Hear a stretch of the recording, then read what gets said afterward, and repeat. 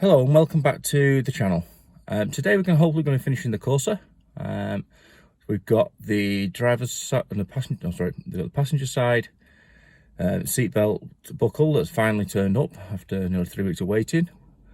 We've got the bumper to fit that's now been painted. All the relevant brackets, etc. I need to put the wipers back on, the scuttle panel back on, and basically just move around and get most of the jobs finished. And then in the next video we'll go through a full cost breakdown of what the car has actually cost us. So today's video will hopefully be quite a productive one, where we'll get everything sorted. We'll start off with the seatbelt, and then we'll move on to the bumper, and potentially even give it a clean at the end of the video, although in real world time that's probably going to be tomorrow. I've only got about 2.5 hours before I've got to get back and get to my other business.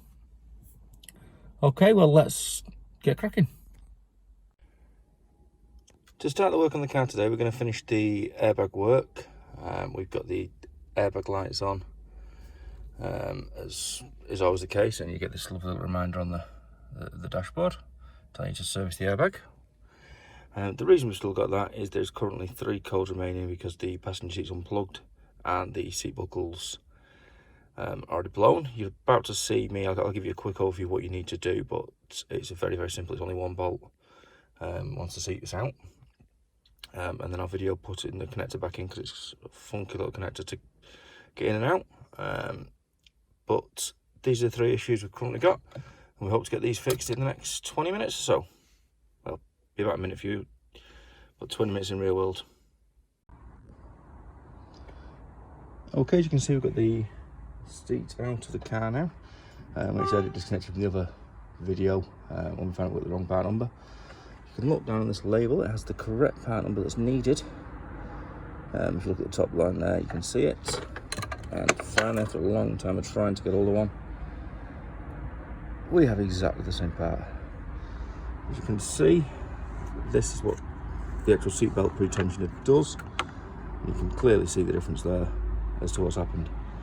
To replace it is very, very easy. You just undo this nut, snip these 2,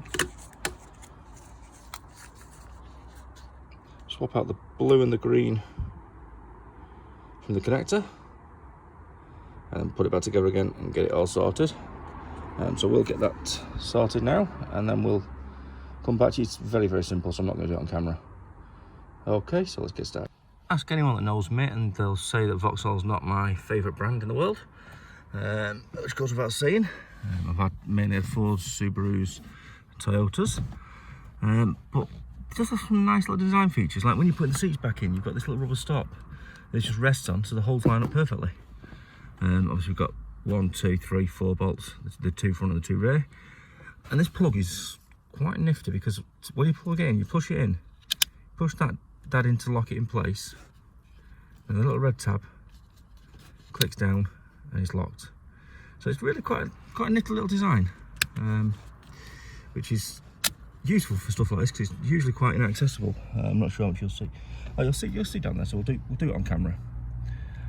Or I'll try to do it on camera one-handed because we can't get the finger down there. But to plug it in, you simply push it on.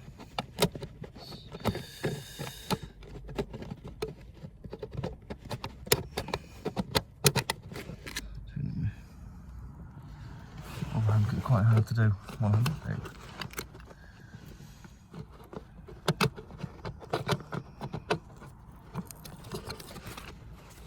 Just pulled out far enough. There you go. Push it in firmly and click this end, which pulls it down so it's nice and secure, and push that down, and that's all in now. I'll get the seat mounts done, then we'll rescan it for codes. Okay, so we've now put the connector back in, as you've just seen. This is just showing us the airbag system. I've been in, I've cleared the codes, turned it all off, turned it back on. Let's see if it's all finally fixed. Let's read this full codes. And we've got a slightly new one, but that's because the battery's now half flat. I've just tried to start the car and it's basically saying we've got low battery. So we shall get a jump starter. We'll trend it before the end of the video and we'll get all this sorted. We'll have it running and driving. Again, we've got a couple that turned up on the power steering and brakes because it's all electronic, and as soon as battery voltage dips, we get that on one of these lovely modern things, little electronic control units. And just to confirm, it's the battery.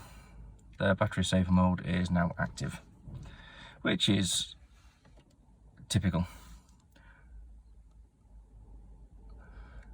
Right, we'll get onto the front end of the car and we'll have to sort that out later on with a jump starter so we can get it all looking nice. Okay then, so impatience got the better of me really. I went straight home after the last part of the video, grabbed my boost pack, and we'll see what's going on now. Let's see what it says. So enter that. We've got to go through and clear all these codes out, no doubt, because they've all seen low battery voltage. Clear.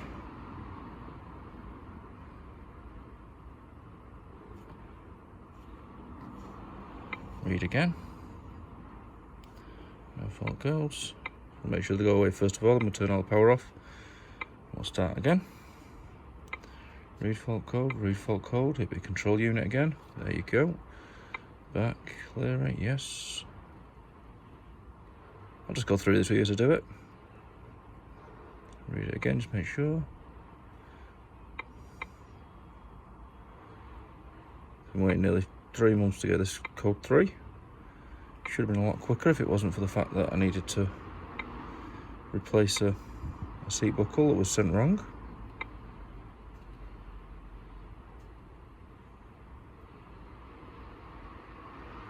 Completed. It says everything's normal, let's find out. Turn the key off. Disconnect this. Key back in. It's now not displaying any code information there. Hook it back up to here. See if this picks up. Try to focus on the wrong screen then. Okay.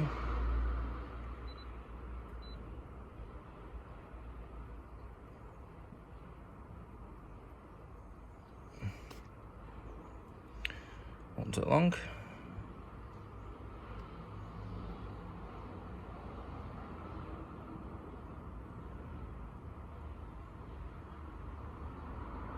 Oh, still found one. I'm guessing that needs configuring. Let's have a look what we're saying about that. Can bus off. Right, let's turn the engine on and see what that says. Now it says service ESC on the screen there.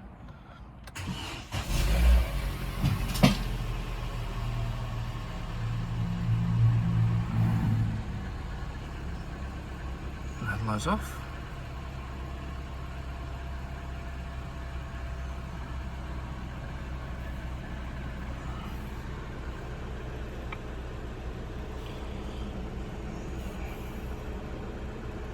Clear it.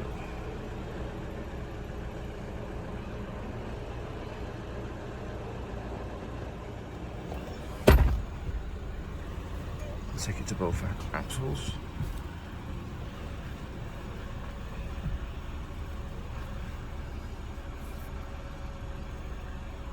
Steering's nice and light anyway. So now we'll try to turn it on off again.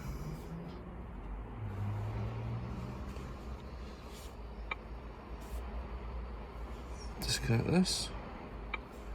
Let it go through and rescan everything.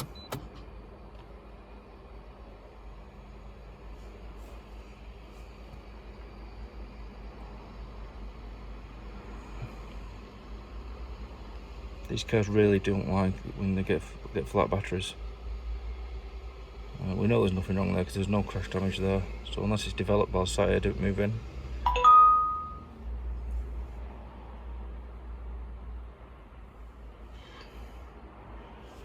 And finally we code 3 on this car. Right, now to get onto the front end.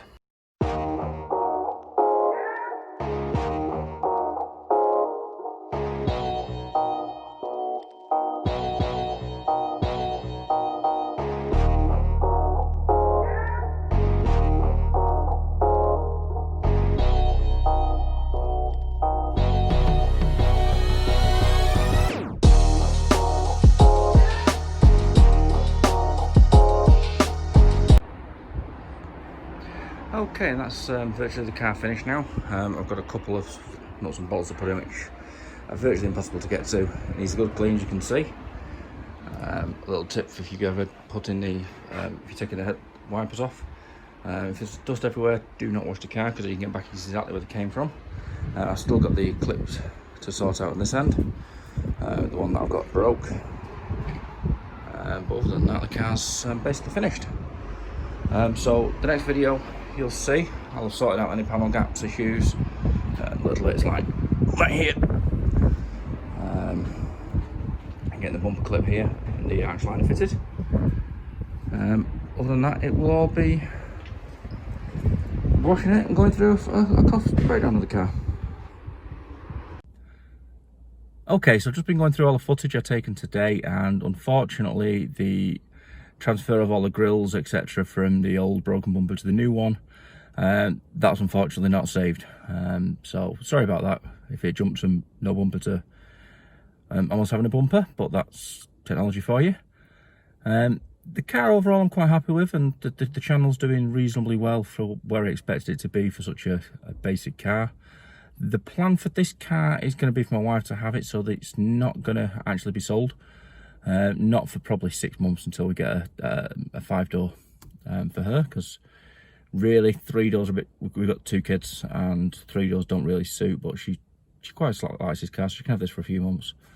And we're not going to lose any money on it, so we'll use this and then we'll sell it on later on in the year. Moving forward, you'll notice there hasn't been a video for a couple of weeks. That's because I'm currently extending our shed at home, so that we've actually got somewhere where I can paint when it's dry, when it's raining outside. Won't be able to paint big panels in there, but I might just about be able to squeeze a bumper in and paint a bumper and things like that. And that's took up a fair few weeks of planning and graft.